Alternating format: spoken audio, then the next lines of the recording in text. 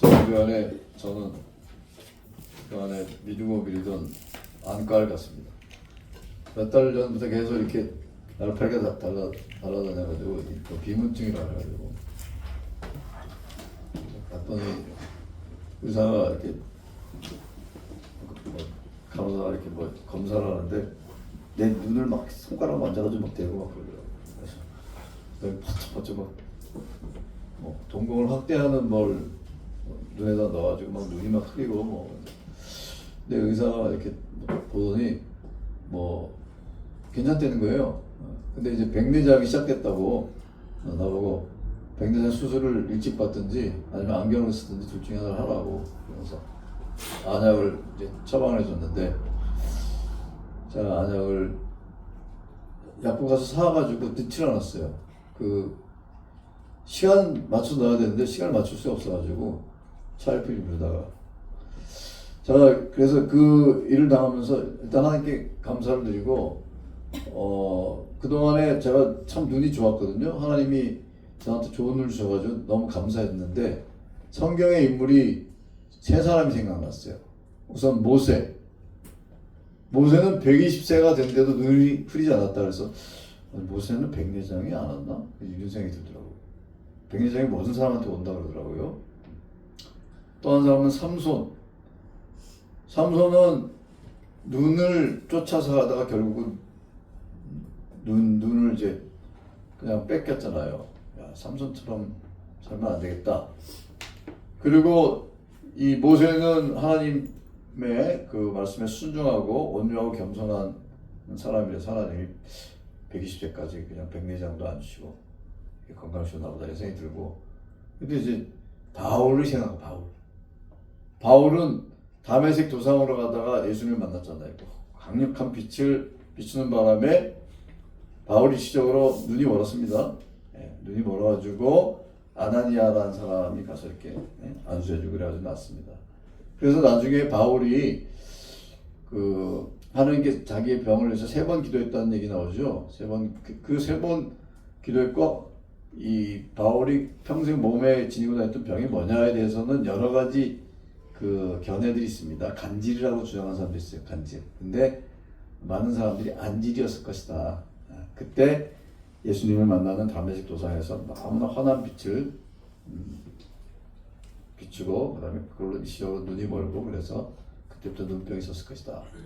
근데 하나님께서 사도 바울과 같이 그렇게 헌신적으로 복음을 위해서 이렇게 일평생 헌신적으로 사역했던 사람의 눈을 왜 안 고쳐줬을까 이런 생각도 해봅니다. 그걸 보면 하나님께서 각 사람마다 주시는 그 은혜가 좀 다른 것 같아요. 어떤 사람한테 이런 은혜 주시고 어떤 사람한테 저런 은혜 주시고. 근데 어쨌거나 우리가 저는 그런 생각을 합니다. 나이가 이제 점점 드니까 몸에 여기저기 조금씩 이제 고장이 오는구나. 제가 제 나이가 나보다 10살 어린 사람은 앞으로 10년 후에 나한테 저런 게 오겠구나 이렇게 생각하시면 됩니다. 물론 사람마다 좀 차이가 있지만 그래서 우리가 전반적으로 이 노화를 겪으면서 그 생각해도 우리 교회가 전반적으로 늙어가고 있구나. 그래서 이 계산기 두들기면서 우리 교회 평균 연령이 몇 세인지 한번 계산해 봤어요. 근데 우리 청소년들 빼니까 56.3세. 청년들을 포함하니까 50세. 온유하고 초혼이 포함시키니까 45세. 그래서 우리 온유하고 초혼이가 너무 고맙더라고요. 성탄절날 맛있는 거 사줄게요. 평균 연령 확 떨어져. 친구들을 데려와야 돼. 그리고 여기서 누가 아기를 낳았다 그러면 확 떨어져요. 아기가 한 2명 오면 확 떨어집니다. 아기 또 낳으세요. 하여튼 그래서 이 결론은 우리가 나이가 들어가고 점점 이제 주님 만날 날이 다가오고 있고 제가 한번 설교했죠. 우리가 24시로 따지면은 저는 저녁 한 6시, 초원에는 지금 한 아침 8시. 그러니까 이제 주님 만날 날이 점점 다가오니까 더욱더 복음 사역에 열심을 내고 믿음으로 살고 복음을 전합시다. 이런 생각이 듭니다. 그래서 오늘 이사야 7장, 사실 이사야서를 이제 지난주에 원래 했어야 되는데 이 이사야서는 너무나 방대해가지고 이사야서를 이렇게 제대로 알기 쉽지 않은데 여러 중요한 본문들 중에서 몇 가지를 알면은 그나마 도움이 되는데 그 중에 하나가 7장입니다. 7장에는 7장 14절은 예수님이 동정녀에서 탄생하실 것이다 라고 하는, 마태가 1장 23절에 예수님이 천의 몸소 잉태할 것이다 라고 하면서 마태복음 1장 23절에 기록한 게 바로 이사야 7장 14절이에요. 동정녀 탄생을 예언한 것이다 이렇게. 그래서 중요한데, 그런데 이 동정녀 탄생을 예언한 이 구절을 읽기 전에 이 전쟁이 되는 배경을 좀 이해를 해야 됩니다. 굉장히 중요한 거예요. 그 전에 제가 우리나라 역사에 있었던 암울한 사건을 하나 얘기하려고 합니다. 1894년 1월에 무슨 일이 있었습니까? 1894년 1월 전라도 고부에서 동학군이 봉기를 했어요. 그래서 처음에는 이제 정부에서 조선 정부도 뭐 우습게 생각했죠. 근데 이 고부에서 일어난 이 동학 농민들의 이 봉기가 점점 들불처럼 번져가지고 태안, 정읍, 뭐 심지어는 4월 달인가 전주성을 함락시킵니다.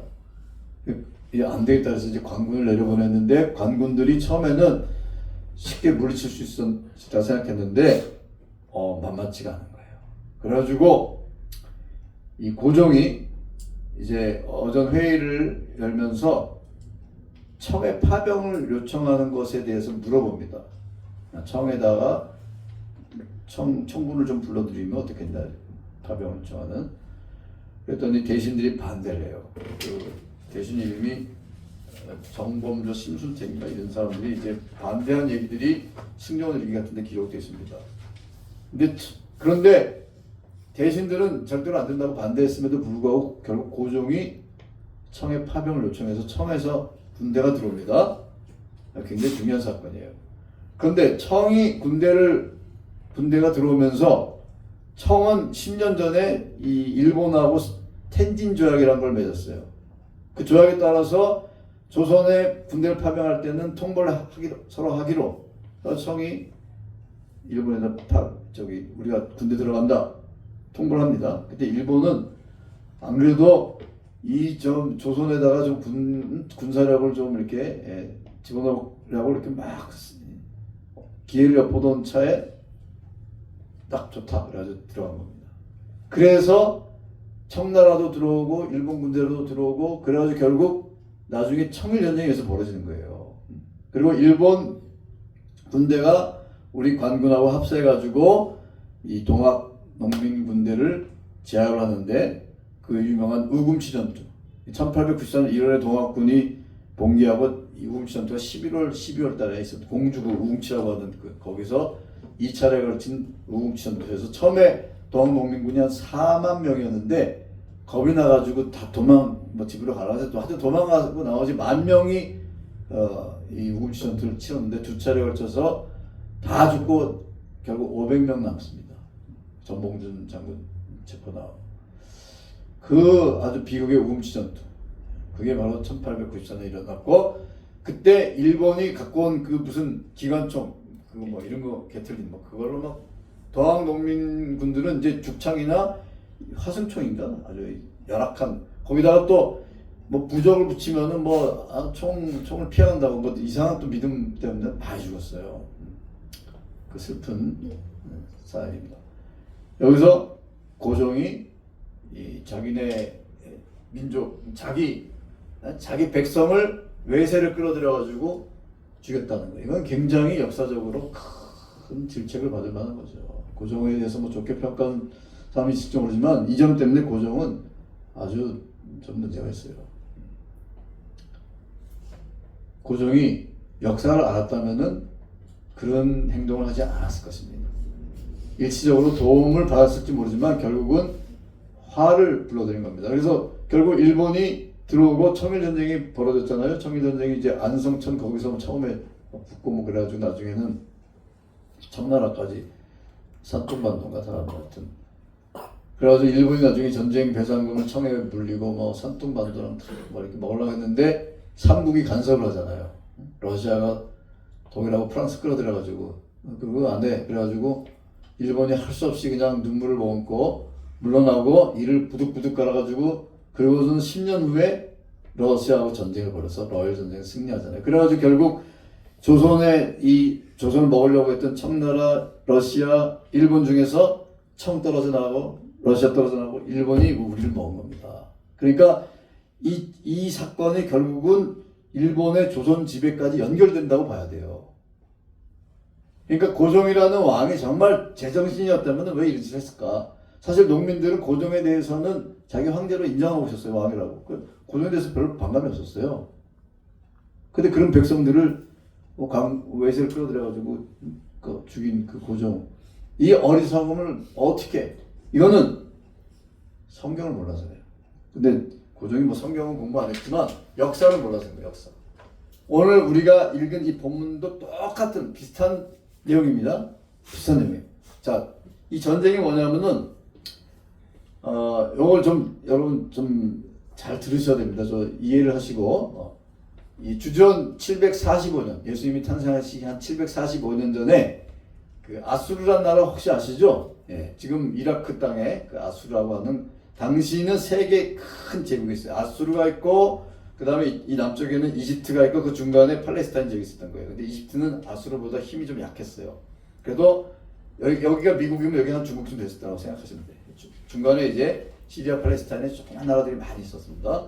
근데 이 주전 745년에 아수르의 디글랏 빌레셀 3세라고 하는 성경에 보면 불이라고 이름이 나와요.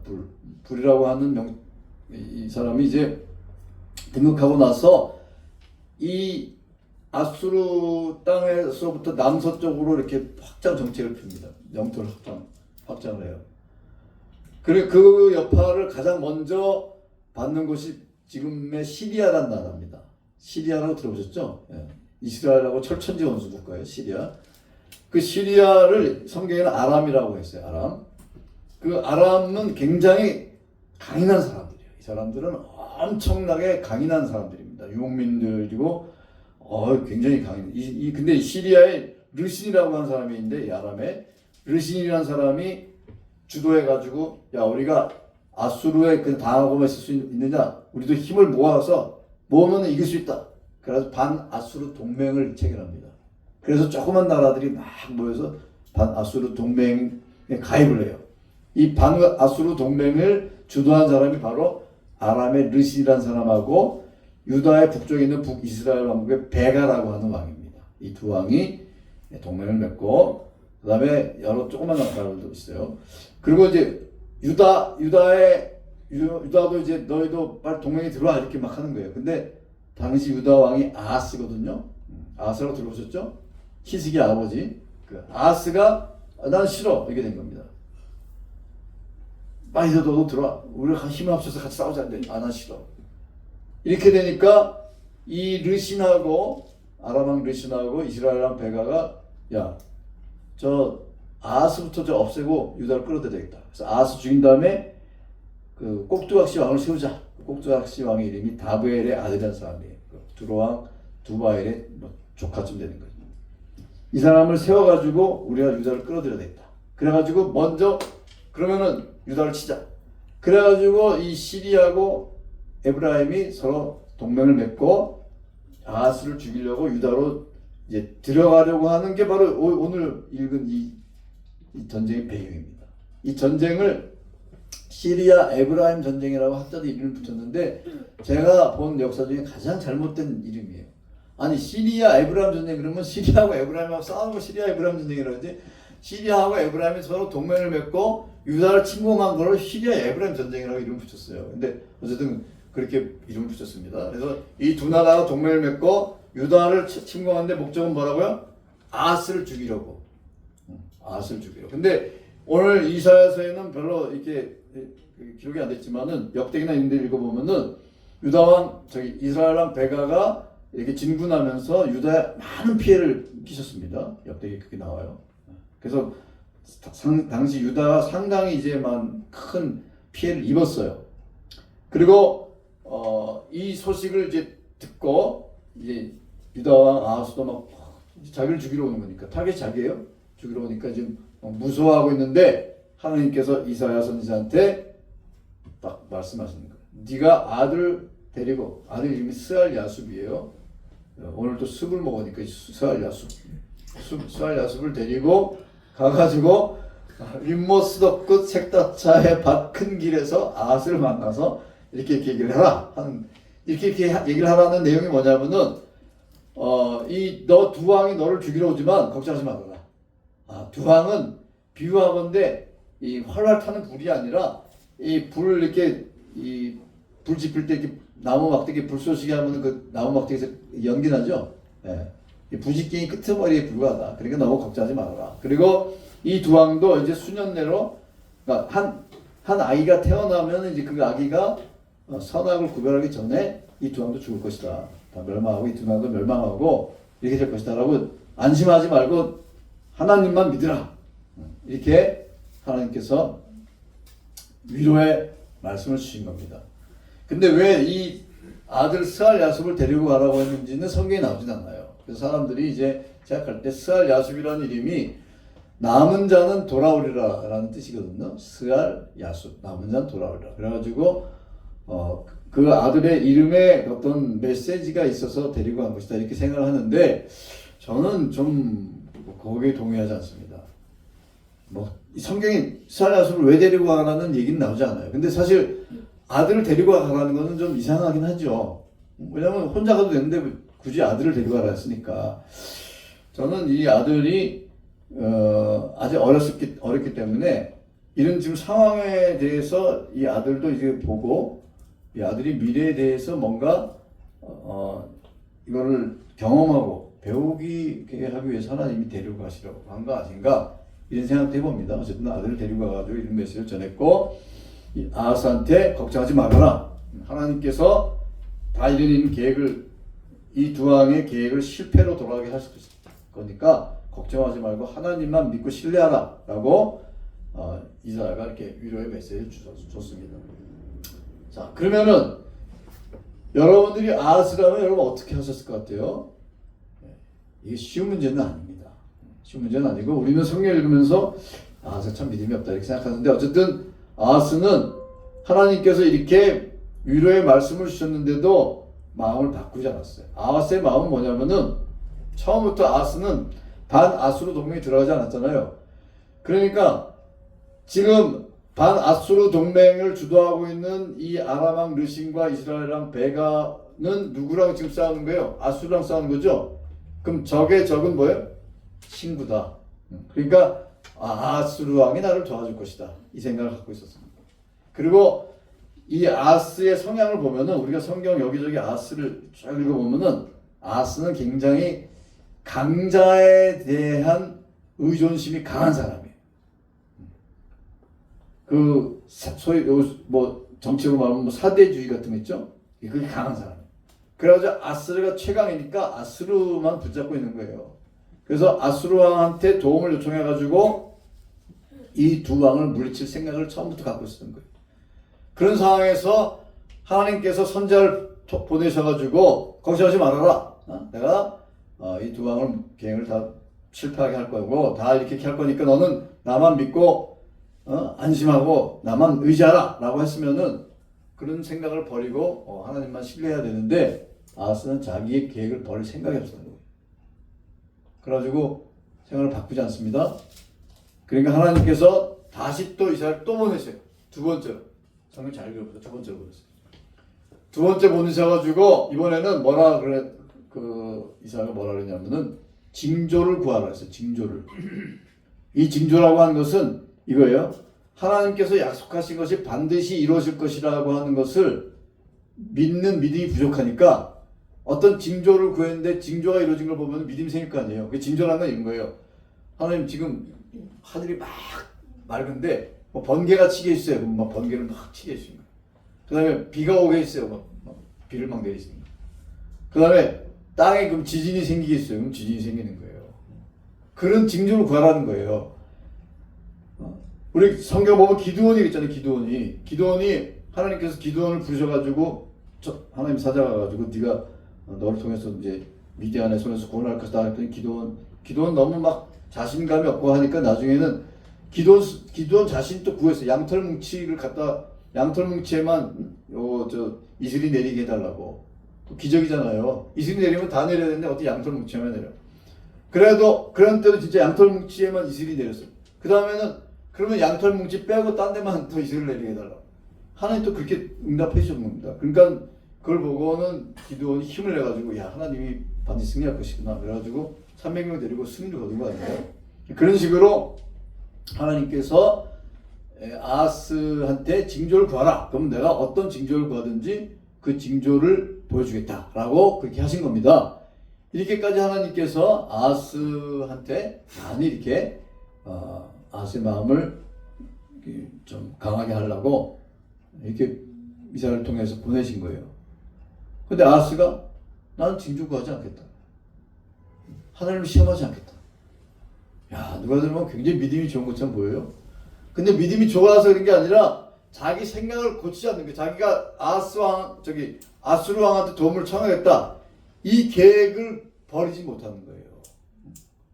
아하스가 생각할 때는 아수르 왕한테 도움을 청하면은 두 왕을 물리치는 거. 이거 정말 이거 좋은 카드인데 왜 이걸 버려?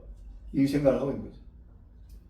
그래가지고 결국 아하스가 자기의 이 어리석음에 따라서 그런데 나름대로 자기는 이 계획이 확실한 거라고 생각해가지고 그걸 버리지 않으니까 하나님께서 친히 징조로 너에게 주실 것이다 라고 하시면서 주신 말씀이 오늘 읽은 이사야 7장 14절이에요.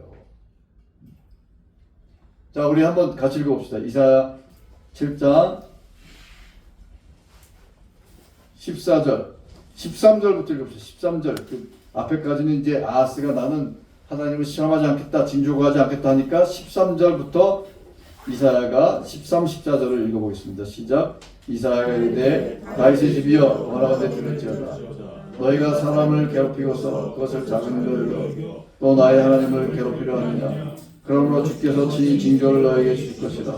보라 처녀가 잉태하여 이름을 낳을 것이요 그 이름을 임마누엘이라 하리라. 징조는 뭐냐? 처녀가 잉태하여 아들을 낳을 것이고 그 이름이 임마누엘이란 말은 하나님이 우리와 함께 하신다는 뜻이에요. 엘은 하나님이고 아누는 함께. 이미 함께. 그러니까 아누는 우리. 그러니까 임마누엘. 하나님 우리와 함께 하신다. 그래서 임마누엘이라는 이름을 가진 아이가 누군지에 대해서 학자들이 이 책만 하더라도 수백 권은 돼요. 수백 권. 임마누엘이 누구냐? 근데 분명한 사실은 임마누엘은 당시에 태어날 아기입니다. 왜냐하면 그래야 징조가 될 거 아니에요. 그 아이가 징조가 돼가지고 그 징조가 하나님이 함께 하실 것이라는 징조다. 그런데 이 징조가 궁극적으로는 거기서 끝이지 않고 예수님을 예언한 것으로 그 예언이 예수님에 의해서 완성된 것으로 우리는 보는 거죠. 그래서 이 임마누엘이라고 하는 아이를 징조로 주시면서 하나님이 반드시 함께 하셔서 이 모든 사람들 다 정리하실 것이다. 그런 약속을 하십니다. 그리고 뒤에 나온 내용은 뭐냐? 그런데 그래서 그러면 역사는 어떻게 진행됐느냐? 실제로 아수르 왕 디글랏 빌레셀이 이 사건, 이 전쟁이 일어난 건 주전 735년입니다. 그러고 나서 734년에 진군을 시작합니다. 먼저 남쪽에 있는 블레셋을 쳐요. 그런데 참 안타깝게도 아하스가 이제 그 전에 막 편지도 보내고 뇌물도 보냈어요. 근데 편지하고 뇌물 보내기 전에 이미 진군을 시작했어요.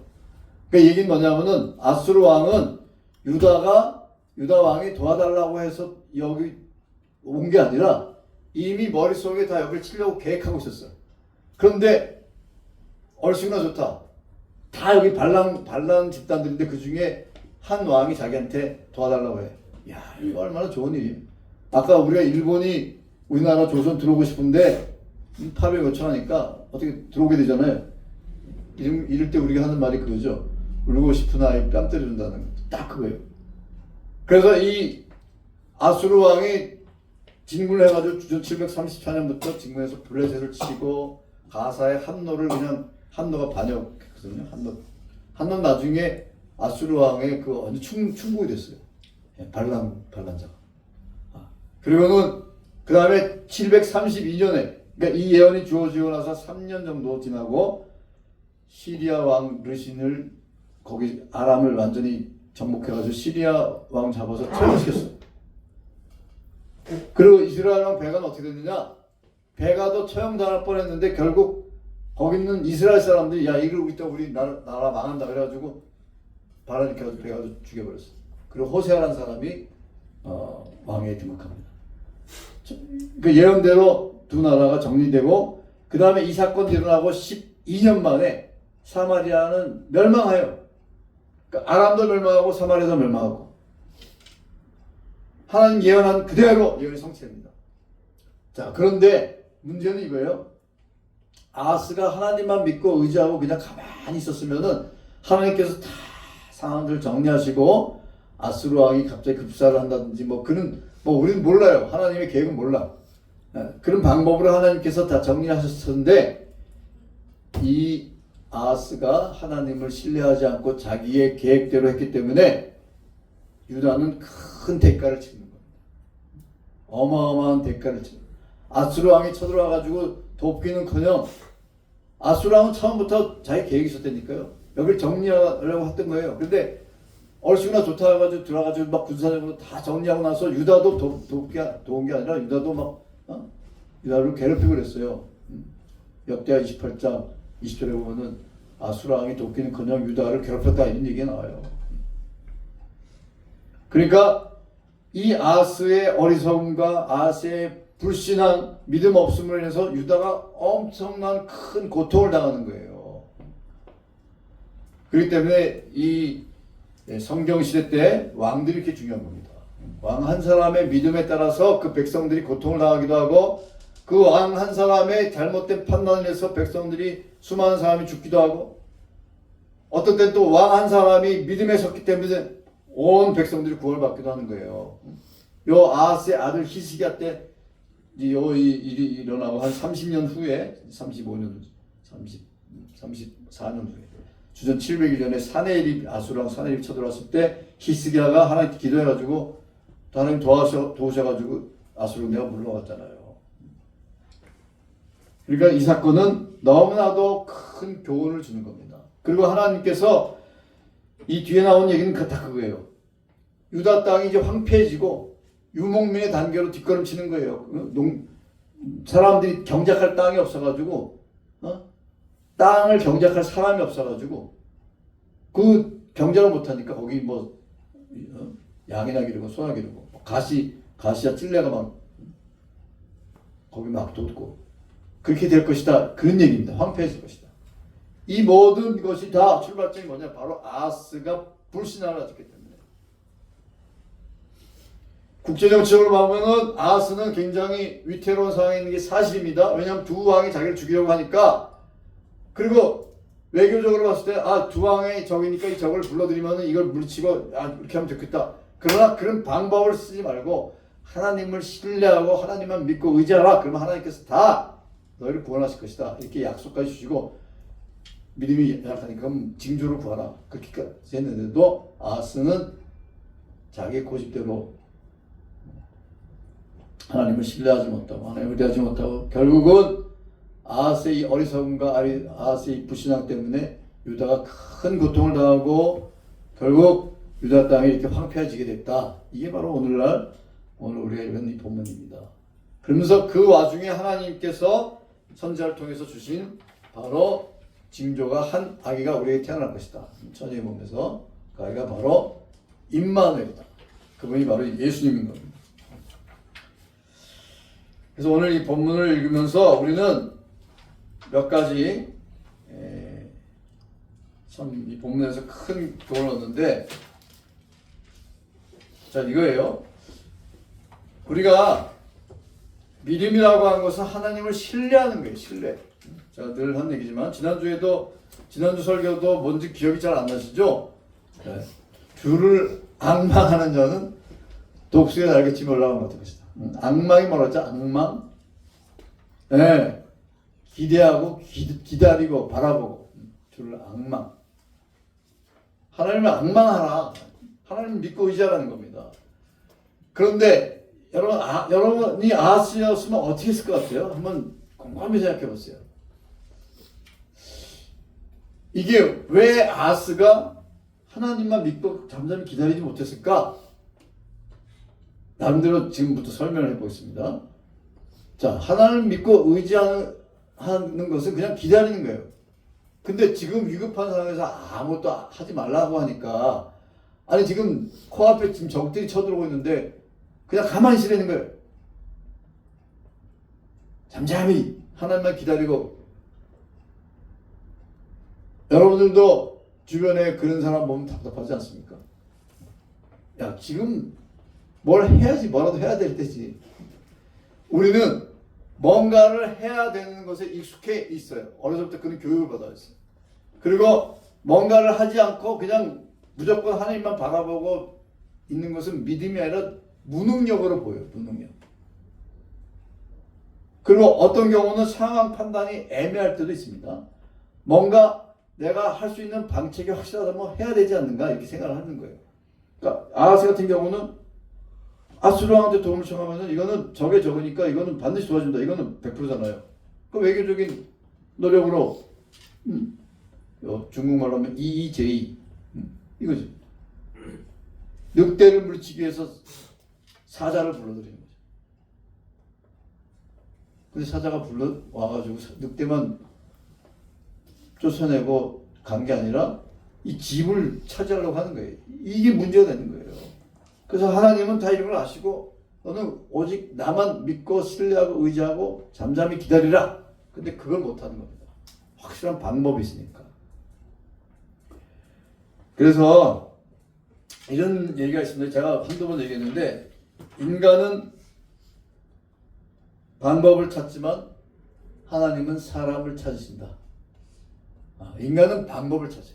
뭔가 이 문제를 해결할 방법을 찾아요.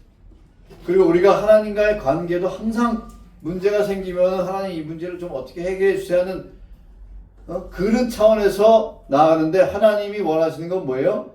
문제 해결 그 자체가 아니라 문제가 발생한 원인이 뭡니까? 나한테 문제가 있어서 문제 생기는 거예요. 그 문제의 대부분 죄와 관계입니다. 물론 모든 게 그렇지는 않습니다. 욕 같은 경우도 있어요. 그러나 대부분의 우리가 믿음이 연약한 성도들한테는 문제가 왜 발생하느냐? 죄 때문에 그래요. 죄의 길로 가려고 하니까 하나님께서 어떤 상황들이 생겨가지고 그럼 상황이 생기면 하나님을 찾게 돼 있어요. 그러면 하나님께서 바라시는 건 뭡니까? 하나님만 믿고 신뢰하고 나아가기를 원하는데 우리는 문제 해결을 바라고 있어요. 문제 해결해야 되겠죠. 문제 해결해야 되겠죠. 이런 악순환이 끊임없이 계속되는 겁니다. 그래서 하나님께서 아하스한테 주신 말씀 그건 딱 한 가지예요. 하나님을 신뢰하라는 거예요. 방법을 찾지 말고 하나님을 믿고 신뢰하면 하나님께서 다 이 상황에서 구원을 베푸실 것이다. 그런데 하나님도 보이시잖아요. 그러니까 징조를 구하라 했잖아요. 징조를 구한다는 것은 하나님께서 반드시 들어오실 것이라고 하는 것을 눈에 보여주는 거잖아요. 근데 그것조차도 하지 않았어요.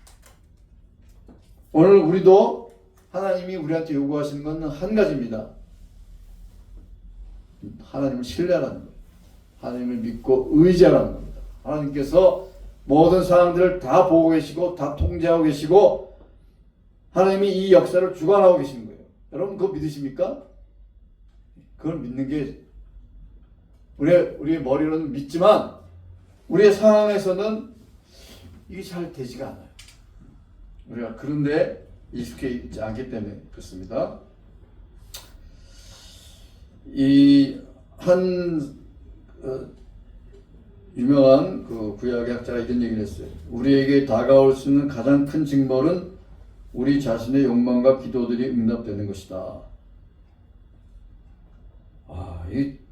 이런 말을 받아들이기가 쉽지가 않아요. 왜냐하면 우리는 여전히 우리의 문제들이 있어요. 해결해야 될 문제들이 있고 또 하나님이 또 우리를 긍휼히 여기셔가지고 불쌍히 여기셔가지고 그런 문제들에 또 도움을 주십니다. 응답하시고.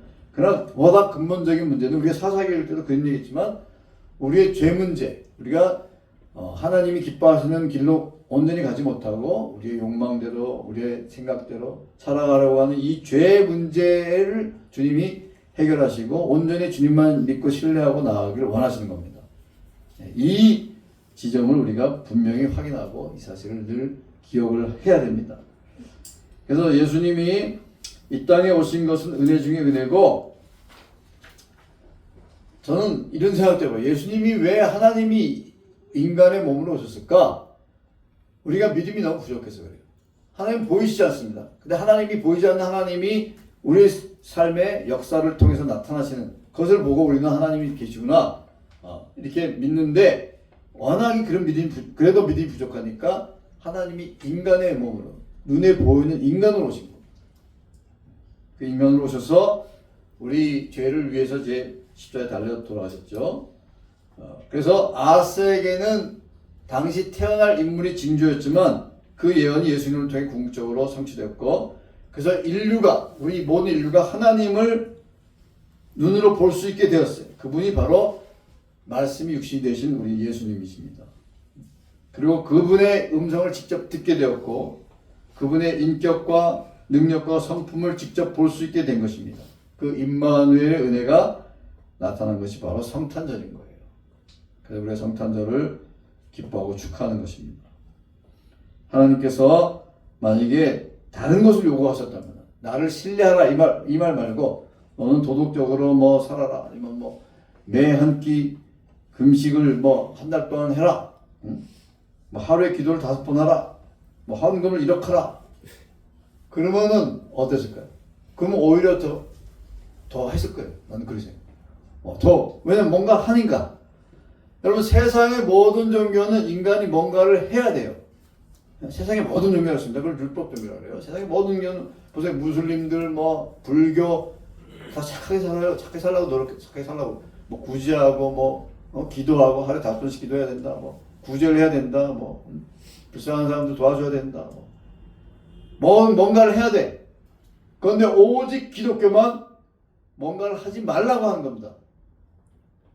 기독교가 요구하는 건 뭐예요? 하나님을 믿으라는 거예요. 하나님을 신뢰하라는 거예요. 이게 더 어려워요. 학을 만말에, 종이학 있죠? 10,000개 만들면은 천국에 간다 그러면 사람들이 할 거야. 10,000개. 오늘 100개. 아니, 하루에 10개씩. 10만 개는 없어. 10만 개. 10만 개. 그러면 하루에 10개씩 며칠이나? 만일? 3년? 30년? 사람이 그거 합니다. 근데 예수님을 믿으면 구원받는다니까, 그러니까 안 믿는 거예요. 너무 쉬우니까. 우리 믿음이 그런 거예요. 하나님만 믿으면 된다는 거예요. 하나님 믿으라는 거예요. 근데 보이지 않는 하나님이 이 문제를 해결해 준다니까 얼마나 고마워요. 감사해요. 근데 그게 안 되니까. 그래서 여러분, 오늘 말씀을 좀 곰곰이 좀 생각을 하셔야 됩니다. 집에 와서 생각을 하시고 우리가 하나님을 신뢰한다는 거 한번 생각해. 성탄주의를 맞아서 우리는 예수님이 왜 이 땅에 오셨는지 주목해야 됩니다. 하나님이 약속을 해주시겠다는 징표로 주신 아이가 임마누엘. 인류에게 하나님께서 약속을 해주시겠다는 징표가 예수님인 거예요. 예수님은 모든 인류에게 주신 징표예요. 하나님의 약속을 확신할 수 없을 때, 믿음이 연약하고 흔들릴 때 누굴 바라봐야 됩니까? 바로 예수님을 바라봐야 되는 거예요. 근데 예수님이 지금 안 계시잖아요. 그러니까 예수님의 말씀을 봐야 되죠. 예수님의 말씀. 예수님의 말씀을 통해서 그분의 인격을 볼 수 있고, 그분의 성품을 볼 수 있고, 그분의 어떤 분인지 우리가 보고 그분을 신뢰하고 의지할 수가 있는 것입니다. 예수님을 바라보며 믿음으로 승리하시는 우리 성도님 되시길 바랍니다. 기도하시겠습니다. 자비로우신 하나님, 오늘 주신 말씀을 가슴 깊이 새기며 주님만 믿고 신뢰하고 나아가는 믿음의 백성 될 수 있도록 축복하여 주시옵소서. 감사하며 예수님의 이름으로 기도하옵나이다.